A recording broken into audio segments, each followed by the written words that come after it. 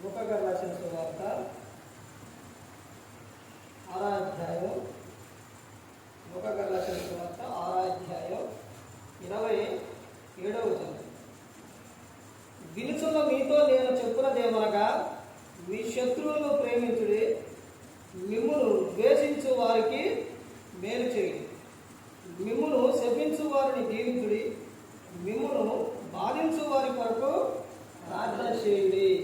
ప్రార్థన చేసుకోండి. పరలోకమందున్న మా తండ్రి, పరిశుద్ధ ప్రేమగల తండ్రి, గొప్ప తండ్రి, యెహోవా తండ్రి, మీ ప్రియకుమారుడు యేసుక్రీస్తు ప్రభువారి ద్వారా కృతజ్ఞతాస్తుతులు చెల్లిస్తున్నాము నాయన. గొప్ప దేవ, ఆరాధన క్రమం అంతట్లో మీరే నడిపించండి నాయన. వాక్యం బోధించుండగా విలువారు తండ్రి, మంచి హృదయం తిని వాక్యానుసారం నడిచే భాగ్యం దయచేయండి తండ్రి. వాక్యం బోధించుండగా ఈ లోక సంబంధమైన జ్ఞానంతో కాకుండా మీ జ్ఞానంతో మాట్లాడే భాగ్యం దయచేస్తారని మా ప్రభువైన యేసుక్రీస్తు నామమున వేడుకుంటున్నాం తండ్రి. ఆమేన్. ప్రభువైన యేసుక్రీస్తు నామమున హృదయపూర్వక ఉన్నారంటే, దేవుని కుమారుడు యేసుక్రీస్తు ప్రభువారు లోకానికి వచ్చిన తర్వాత పరలోక రాజ్యం సమీపిస్తుంది కనుక మారు మనసు పొందమని ప్రకటింప మొదలుపెట్టారు. అలా యేసుక్రీస్తు ప్రభువారు చెబుతూ ఆయన చెప్పిన విషయాలు చాలా ప్రాముఖ్యమైన విషయాలు. ఈ రోజున క్రైస్తవులు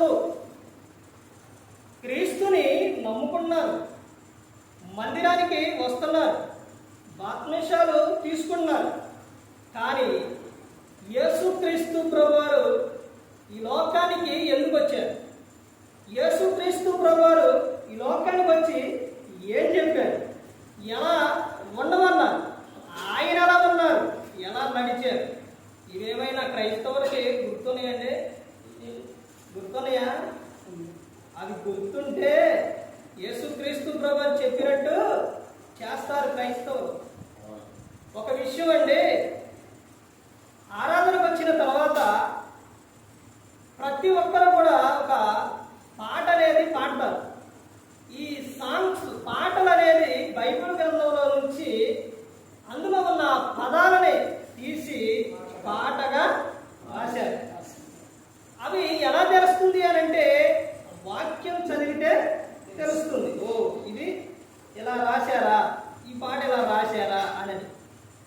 అలా మనం పాట పాడేటప్పుడు మనం ఎంచుకున్న ఆ పాట, అందులో ఉన్న అర్థం పాడతాం. గ్రహించావా? ఒక్కొక్క పాట పాడేటప్పుడు అందులో ఉన్న అర్థం ఏంటి, అందులో ఉన్న భావం ఏంటి? ఇక్కడ పాడిన పాటలన్నీ కూడా ఒక్కొక్క పాటలోని చాలా అర్థం ఉంది. ముందుగా నేను పాడిన పాట యెహోవా నీ నామం ఎంతో బలమైనది అంటే, ఆయన నామమును బట్టి, ఆయన నామమును ప్రార్థన చేసినప్పుడు జరిగే అద్భుతం ఏంటన్నది ఆ పాటలో మొత్తంలో ఉండిద్ది. ఎవరు ప్రార్థన చేశారు, ఏం జరిగింది అన్నది మొత్తం ఉంటుంది. తర్వాత స్తోత్రం చెల్లింతుము అన్న పాట అంటే, దివారాత్రుడు మనను కాపాడిన ఆయనకి స్తోత్రాలు చెల్లిస్తున్నాం. అపవాదిని జయించుటకు విశ్వాసం మనకు ఆయన దయచేస్తున్నారు. తర్వాత విలువైనది నీ ఆయుష్కాలం. దేవుడిచ్చిన ఆయుష్కాలం ఎలాంటిదండి? చాలా విలువైనది. ఒక్కొక్క పాటలో ఉన్న అర్థం చూడండి. అమ్మగారు పాడిన పాట లెక్కింపలేని స్తోత్రాలు. అసలు ఆ పాటలో ఉన్న అర్థము క్రైస్తవులు గమనిస్తే క్రైస్తవులు సిగ్గు వచ్చింది, భయం వచ్చింది, వణుకు వచ్చింది. ఆ పాటలో ఉన్న అర్థం, ఈ సృష్టిలోని ఉన్న అన్ని కూడా, ఆ పాటలో ఉన్న అర్థం ఏంటంటే, సృష్టిలో ఉన్న జీవరాశులు కానీ సముద్రంలో కానీ అన్ని మొత్తం దేవుణ్ణి స్తుతిస్తున్నాయి. నువ్వు ఎప్పుడైనా కానీ దేవుని పాట పాడావా? ఎప్పుడైనా కానీ దేవుని స్తుతించావా? ఎప్పుడైనా కానీ క్రీస్తుని గురించి చెప్పావా? లేదు. క్రైస్తవులకి ఎప్పుడు కూడా అదే లేదు. ఒక్కొక్క పాటలో ఉన్న అర్థం, ఆయనతోనే నడవాలి, ఆయనతోనే సాగాలి అనే ఆశ కలిగి ఉన్నారు, ఆశ కలిగి ఉంటున్నారు. కానీ అలా జీవిస్తున్నారా? అంశం ఏంటంటే, యేసుక్రీస్తు యొక్క బోధ ఏమిటి? యేసుక్రీస్తు యొక్క బోధ ఏమిటి? ఆయన చెప్పిన, ఈ లోకానికి వచ్చి ఆయన చెప్పిన బోధ ఏంటి? ఆయన చెప్పిన మాట ఏంటి?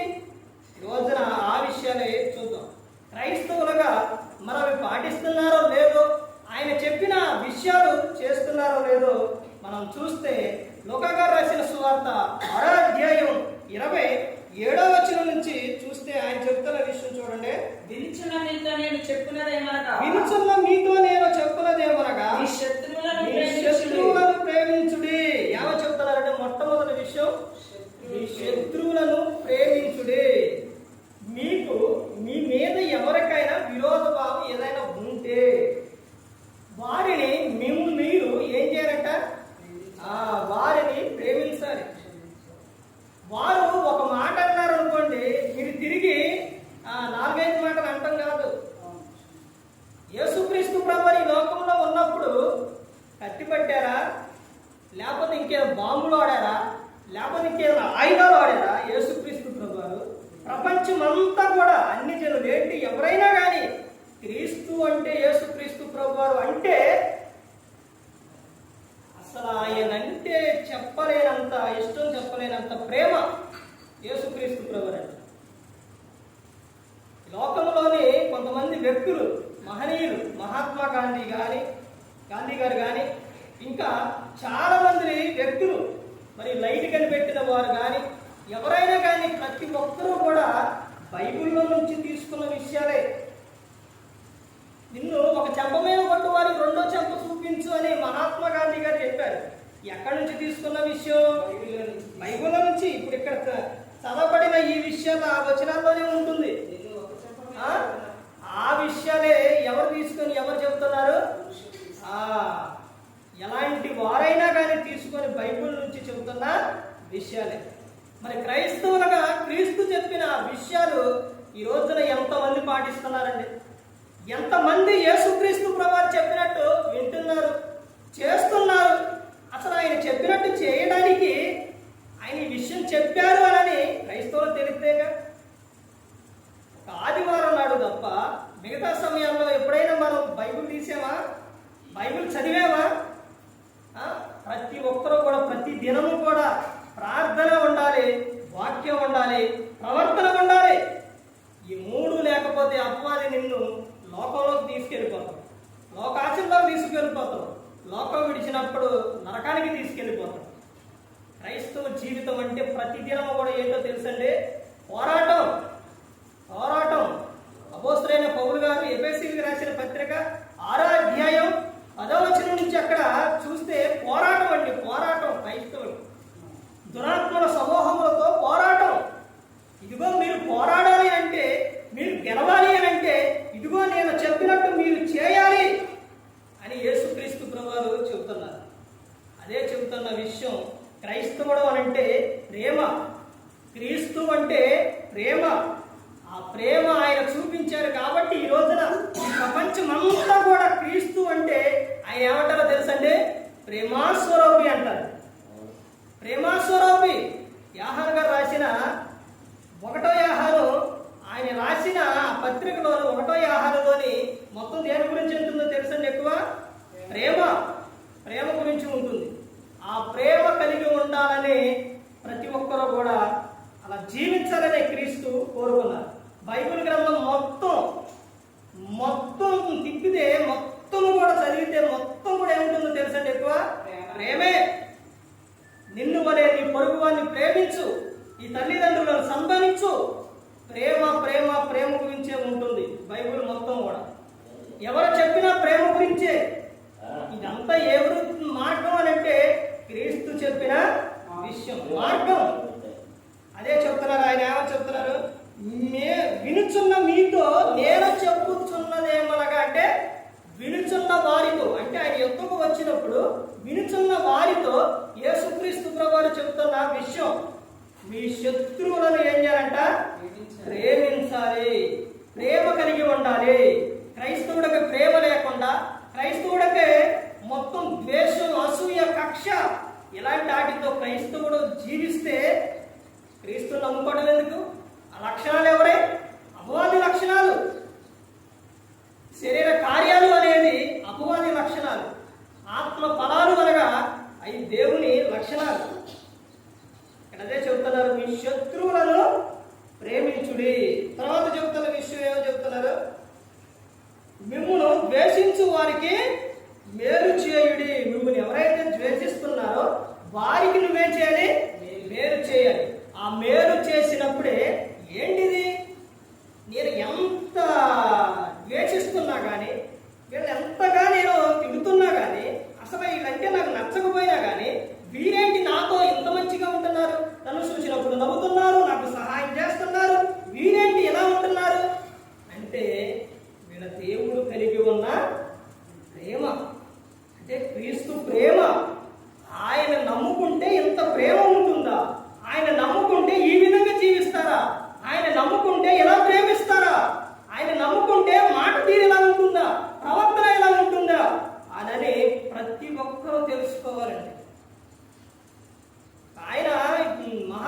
గారు చెప్పిన విషయం, క్రీస్తులోని ఎటువంటి లోపం కూడా లేదు.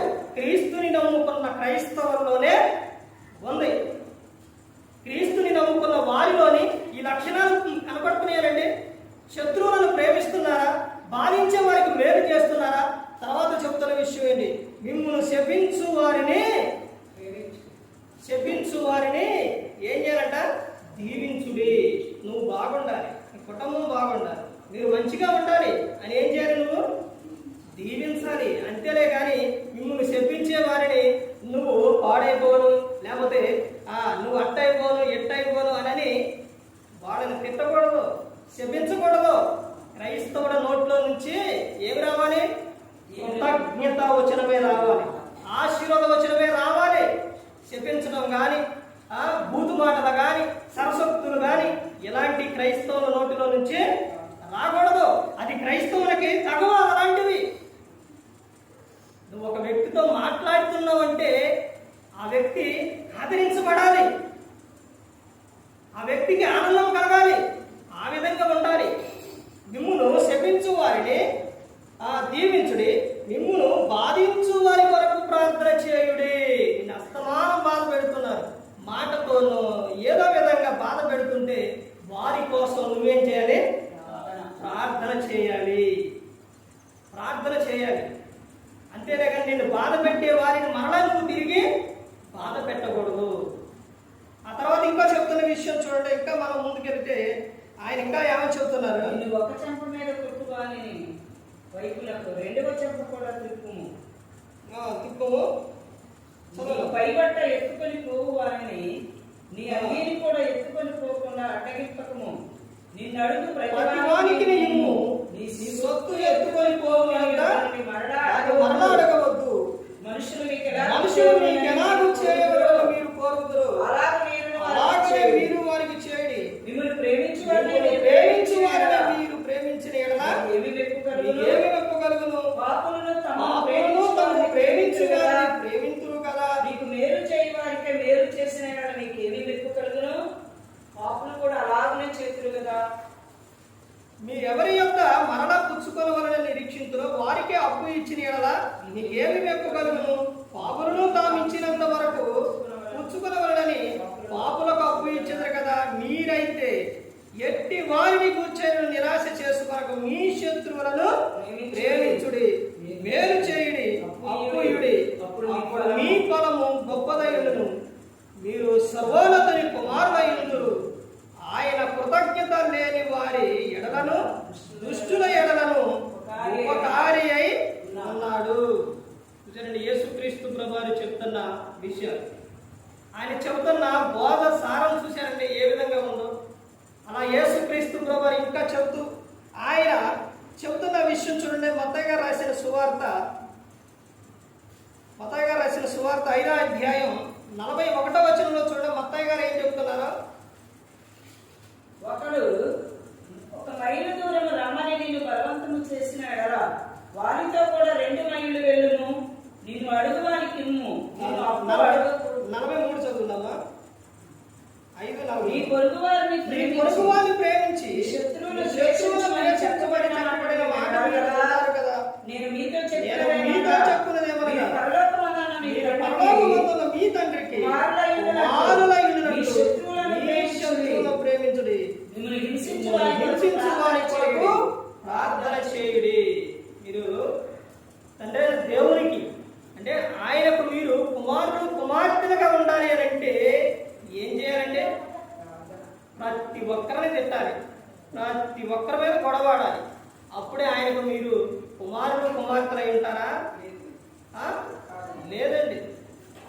మీరు ఆయనకు కుమారుడు కుమార్తెలుగా ఉండాలి అని అంటే ఆయన చెబుతున్న విషయం చూడండి. మీరు మీ పరలోకం మందున్న మీ తండ్రికి కుమారులై ఉండినట్టు మీ శత్రువులను ప్రేమించుడి, మిమ్మును హింసించు వారి కొరకు ప్రార్థన చేయుడి. అప్పుడు మీరు ఏమై ఉంటారండి? ఏమై ఉంటారు? కుమారుడు కుమార్తెలై ఉంటారు దేవునికి. ఇప్పుడు కుటుంబంలోని తండ్రి తల్లి నీతిగా పరిశుద్ధంగా జీవిస్తూ పిల్లలు మాత్రం తమ ఇష్టానుసారంగా తిరుగుతూ తాగుతూ అలా ఉంటే చూసిన వారు ఏమని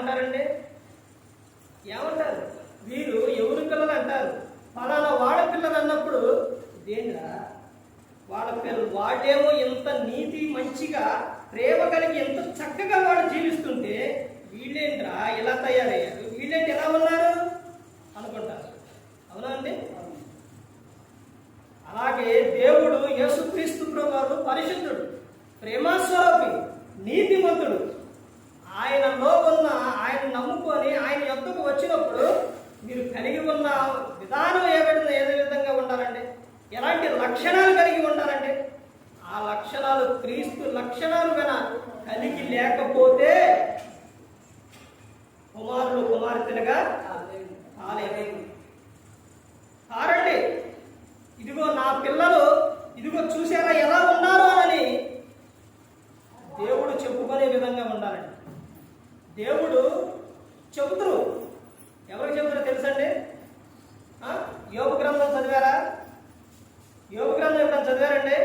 యోబు 1వ అధ్యాయం అక్కడ నుంచి చదువుకుంటూ వస్తే కిందకు వచ్చిన తర్వాత ఈ సందర్భం వచ్చినది కాబట్టి చెబుతున్నారు. అక్కడ యోబు గారు గురించి తండ్రి అయిన దేవుడు దూతల సమూహం జరిగినప్పుడు అపవాది దూతల సమూహం, అపవాది అంటే ఎవరనుకున్నారు? దురాత్మల సమూహం, దూత. అక్కడ మీటింగ్ జరిగినప్పుడు అక్కడికి అపవాది వెళ్ళినప్పుడు తండ్రి అయిన దేవుడు ఒక వ్యక్తి గురించి చెప్తున్నారు. ఎవరి గురించి? యోబు గారి గురించి. అపవాది ఎక్కడికి వెళ్తున్నావు అంటే భూమి మీద తిరిగి వస్తున్నా ఎవరిని మింగుదునా అని గర్జించు సింహం వలె తిరుగుతుందనమాట అపవాది.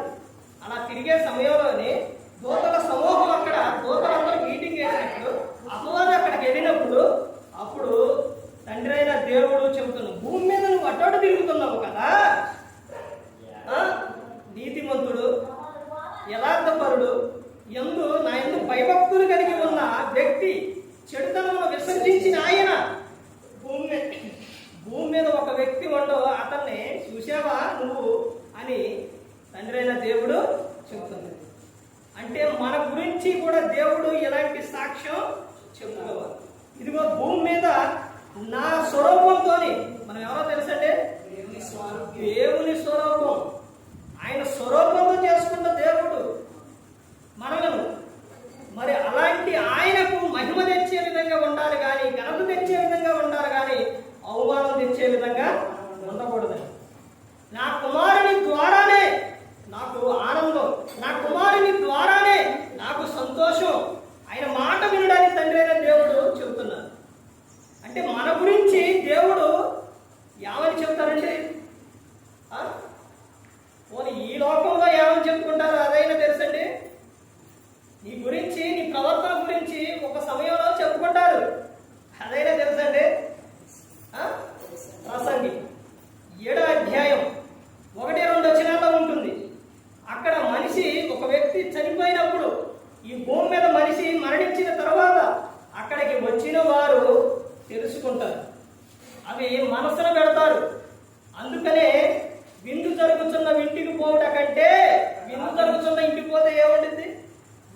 వాళ్ళు ఉన్న విధానాన్ని బట్టి పెడతారు. కొంచెం రిచ్గా ఉన్నారనుకో రిచ్గా పెడతారు, లేరు అనుకోండి లేని విధంగా పెడతారు. అక్కడికి వెళ్తూ తింటూ ఆహా అట్టా ఇట్టా ఉందనుకుంటూ సాయంత్రం అయిపోయింది. కానీ ప్రలాపించుచున్న వారి ఇంటికి పోయినప్పుడు అక్కడ నువ్వు అతని గురించి కానీ ఆమె గురించి కానీ వారు జీవించిన విధానం గురించి కానీ అప్పుడు మాట్లాడుకుంటారు. ఒక వ్యక్తి మరణించినప్పుడు ఆ వ్యక్తి ఎలా జీవించాడు, ఎలా జీవించిందని చెప్పుకుంటారు. తర్వాత అక్కడికి వచ్చిన వారు మనసును పెట్టుదురు అని అంటే ఆమె గురించి అక్కడ బంధువులు, తండ్రి, వాళ్ళ కుటుంబ సభ్యులు కానీ వారు ఎవరైతే ఎలా చూశారు, ఏ విధంగా చూశారు, ఏమని ఎలా చూశారు, ఇవన్నీ కూడా ప్రతి ఒక్కరు అక్కడే చెప్పుకుంటారండి. బిడ్డ పుట్టినప్పుడు ఏ క్రియలు ఉండవు, ఏం చెప్పుకోరు. తర్వాత మనిషి మరణించినప్పుడే చెప్పుకుంటారండి. అదే విషయం భూమి మీద మనిషి మరణించినప్పుడు నువ్వు ఎలా జీవించావన్నదే నువ్వు లోకం విడిచిన తర్వాత నీ గురించి ఇక్కడ చెప్పుకుంటారు. తర్వాత ఈ లోకం విడిచిన తర్వాత నీ క్రియలను బట్టి తీర్పు అనేది జరుగుతుంది. అందుకనే చెబుతున్నారు, ఇదిగో నాయన ప్రతి ఒక్కటి కూడా ఇలా ఉంటుంది నాయన ఇదిగో అని యేసుక్రీస్తు ప్రభువు ఈ లోకానికి వచ్చి ముందే ప్రతి ఒక్కటి కూడా ఆయన తెలియపరిచారు. తర్వాత అక్కడికి వచ్చిన తర్వాత ప్రభు నాకు తెలియలేదు ప్రభు అని అంటే అసలు అలాంటి అవకాశం అనేది లేదు. నేను ప్రతి ఒక్కటి ముందే చెప్తున్నా, ప్రతి ఒక్కటి ముందే తెలియపరుస్తున్నా. ఇదిగో నువ్వు ఎలా జీవించాలి అని మొత్తం ముందే ఆయన చెప్తారు.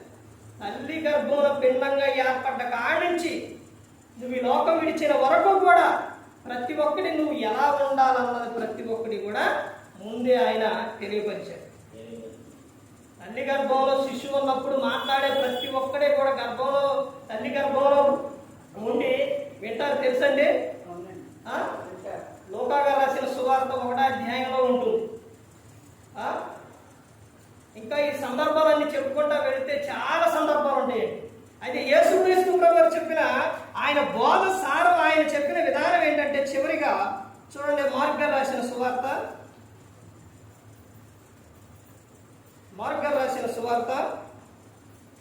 1వ అధ్యాయం 15వ వచనం చూడండి. కాలము సంపూర్ణమైనది,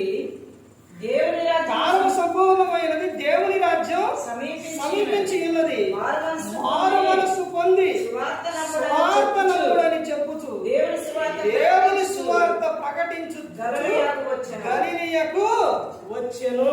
ఎవరు వచ్చింది? యేసుక్రీస్తు ప్రభువు. ఆ పైన వచనాలను చెబుతారు, యోహాను చెరపట్టిబడిన తరువాత యేసుక్రీస్తు ప్రభువు చెప్పిన విషయం. సువార్తను ఏం చేయాలంట? నమ్మాలి. సువార్తను నమ్మాలి. ప్రతి ఒక్కరూ కూడా మారు మనసు పొంది పాప క్షమాపణ నిమిత్తం యేసుక్రీస్తు నామమున బాప్తిసం పొందుడి. అంటే సువార్తను నువ్వేం చేయాలి? నమ్మాలి. నమ్మి బాప్తిసం పొందిన వారు రక్షింపబడను, నమ్మని వానికి శిక్ష విధింపబడదు. మత్తయి గారు రాసిన సువార్త, మార్కు సువార్త, లూకా సువార్త, యోహాను సువార్త, ఈ 4 సువార్తలు చదివితే అద్భుతంగా ఉంటుందండి. క్రీస్తు నడిచిన మార్గం, ఆయన చెప్పిన విధానం అవన్నీ కూడా అక్కడే కనపడుతూ ఉంటుంది. ఆ తర్వాత ఆయన ఈ లోకం విడిచి వెళ్ళిన తర్వాత ఆయన గురించి సాక్ష్యం ఇచ్చిన వారు, ఆయన గురించి చెప్పిన విషయాలు, చాలా విషయాలు ఉన్నాయి. ఇలా చదవబడిన 2వ కీర్తనలోని అర్థం, తండ్రి అయిన దేవుడు చెబుతున్న విషయం, కుమారుని ఏం చేయాలంట? ముద్దు పెట్టుకోవాలి, హత్తుకోవాలి. ఎప్పుడు? ప్రతి దినము కూడా, ప్రతి దినము నువ్వు దేవునితో సహవాసం కలిగి ఉండాలి. ఆయన చెప్పిన మార్గంలోనే నడవాలి. సువార్తను నమ్ముడి. సువార్తను నమ్మాలి ప్రతి ఒక్కరు కూడా. నువ్వు ఈ లోకం విడిచినప్పుడు పరలోకం చేరాలి అంటే ఈ సువార్తను నమ్మాలి. నమ్మి ఈ వాక్యానుసారంగా నడవాలి. ఎంతమందికి 66 పుస్తకాలు వచ్చండి? బైబిల్ గ్రంథం ఎన్ని పుస్తకాలు తెలుసండి? 66 పుస్తకాలు. ఈ గ్రంథాన్ని తండ్రి అయిన దేవుడు మన చేతికి రావడానికి ఈ రోజు ఇలా కూర్చొని ఇలా చెబుతున్నాము, కానీ ఈ గ్రంథం మన చేతికి రావడానికి ఎంతో మంది ప్రాణాలు విడిచారండి. ఎంతో మంది ప్రాణాలు. అప్పుడే మన చేతికి ఈ గ్రంథం వచ్చింది. కానీ ఈ గ్రంథాన్ని మనం చదవం. మనమేమో రాండి సాహించి పాడేటప్పుడేమో ఆ పాట పాడేటప్పుడు బైబిల్ ఏమంటే కింద, కాళ్ళ కింద, అక్కడండి కింద అంటే బైబిల్ ఉండేది. ఎప్పుడు కూడా ఎక్కడ ఉండాలండి? చేతిలోనే ఉండాలి.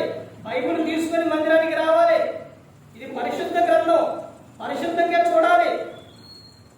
వాక్యం ఇది. అంటే బైబిల్ ఏమై ఉన్నాయండి? దేవుడు అండి బైబిల్.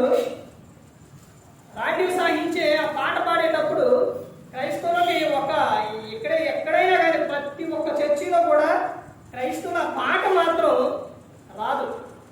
పాట ఏదో ఒక మిస్టేక్ జరిగింది ఎక్కడైనా కానీ, ప్రతి ఒక్క చాట కూడా.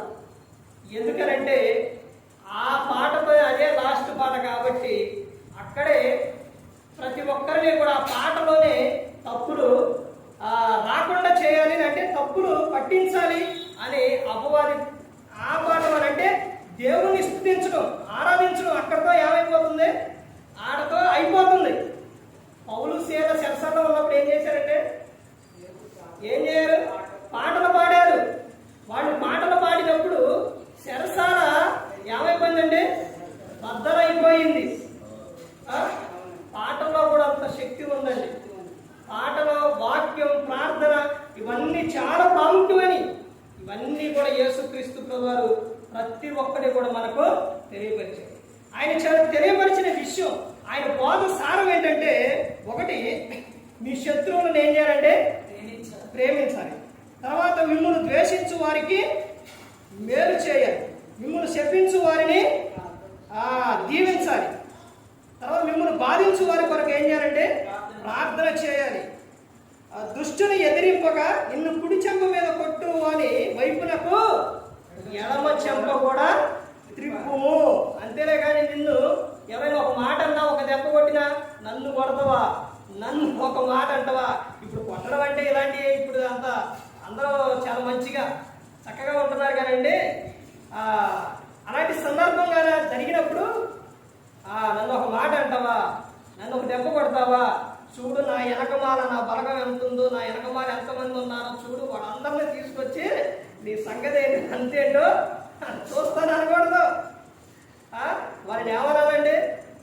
వారిని క్షమించాలి. వారి కోసం వారి వెనక మారకపోతే వారిని ఏం చేయాలి? వారి కోసం ప్రార్థన చేయాలి. ఆయన చెప్తున్న ఇంకా ఏ విషయం చెప్తున్నారంటే, ఒకడు 1 మైలు దూరం నేను రమ్మని నిన్ను అడిగిన బలవంతం చేసి ఎడల వారితో కూడా 2 మైళ్ళు వెళ్ళము. నిన్ను అడుగు వారికి నిన్ను అప్పు అడగగోరు వారి నుండి నీ ముఖము త్రిప్పుకునవద్దు. నిన్ను అప్పు అడిగారనుకోండి, నీ దగ్గర ఉంటే నువ్వు అప్పు తీసుకొచ్చి సహాయం చేయమనట్లా దేవుడు. నీ దగ్గర ఉంటే నీకు ఉన్న దాంట్లో ఇవ్వు, సహాయం చేయి. అంతేగాని అడిగినప్పుడు మొహం తిప్పుకోవడం లేకపోతే అలాంటివి మాత్రం చేయమాకండి చెబుతున్నారు. తర్వాత మారు మనసు పొంది సువార్తను నమ్మాలి. ఏం పొందాలంటే మారు మనసు పొందాలి. యేసుక్రీస్తు ప్రభువారు రాకడ ఆలస్యం ఎందుకు చేస్తున్నారండి? ఎందుకు ఆలస్యం చేస్తున్నారు రాకడ?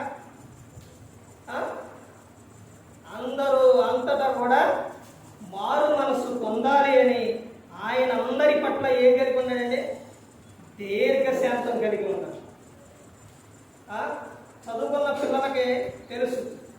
ఆ కాడించి తర్వాత కాడించి గుడింతాలు అవన్నీ మొత్తం కూడా అవి మొత్తం తెలుసు. అందులోని దా గుడింతంలోని అది ఎన్నో అంటే తర్వాత ది తర్వాత ది అంటే ఒక దీకి కొమ్ము ఉండదు. రెండో దానికి ఏముంటుంది? పైన కొమ్ము ఉంటుంది. దీ అంటే దీర్ఘం, దీర్ఘ శాంతం కలిగి ఉన్నారన్నమాట. అంత శాంతం కలిగి ఉన్నారు. ఎందుకని? అందరూ అంతటా కూడా మారు మనసు పొంది సువార్తను నమ్మాలి. యేసుక్రీస్తు ప్రభువారు చెప్పిన బోధ సారం ఇదేనండి. ఆయన అందరూ కూడా ప్రతి ఒక్కరూ కూడా మారు మనసు పొందాలి. మారు మనసు అంటే అదేం తెలుసండి? మారు మనసు అంటే ఏంటో తెలుసండి? మారు మనసు అంటే నువ్వు ఇప్పుడు దాకా చేస్తున్న తప్పులు, అంటే ఇప్పుడు దొంగతనం ఉందనుకోండి, మీరు ఉదాహరణ చెబుతున్నా. దొంగతనం చేసేవాళ్ళు ఉన్నారు. ఇప్పుడు దొంగతనం చేయడానికి వెళ్ళి అక్కడ ఆ వస్తువు తీసేటప్పుడు దొంగతనం చేస్తున్నాడని వెళ్ళారు. వెళ్ళిన తర్వాత ఆ వస్తువును చూసి అలా వస్తువు దగ్గరకు అలా చేయండి, వద్దు, ఇది తీయకూడదు, ఇది తప్పు, దొంగతనం చేయకూడదు. దేవుడు చెప్పిన ఆజ్ఞలో ఒకటి దొంగిలింపకూడదు. అంటే దీన్ని తీయకూడదు, పొరుగు వారి సొమ్మును ఆశించకూడదు, ఇది మనకు వద్దు అని దాన్ని అక్కడి నుంచి వదిలేసి మొహం తిప్పుకొని వచ్చేయడమే మారు మనసు. తర్వాత మరలా దాని వైపు చూడకూడదు, అదే మారు మనసు. నువ్వు చేస్తున్న తప్పు ఏదైనా ఉంటే దాన్ని వదిలిపెట్టేసి మరలా దాని వైపు తిరిగి చూడకుండా నువ్వు పరిశుద్ధంగా జీవించడమే మారు మనసు. ఆ విధంగా ఉండాలని దేవుడు యేసుక్రీస్తు ప్రభువారు కోరుకున్నారు. ఆయన బోధ సారం అది. అందుకనే యేసుక్రీస్తు ప్రభువారు లోకానికి వచ్చి మనందరి కోసం శిలువలో ఆయన మరణించారు. ప్రతి ఒక్క క్రైస్తవులకి ప్రతి ఒక్కరికి కూడా ప్రతిదినం గుర్తు రావాలండి. ఏంటో తెలుసండి? నా కోసం ఈ లోకానికి వచ్చి, నన్ను ప్రేమించి ఈ లోకానికి వచ్చి శిలువలో నా కోసం ప్రాణం పెట్టారు.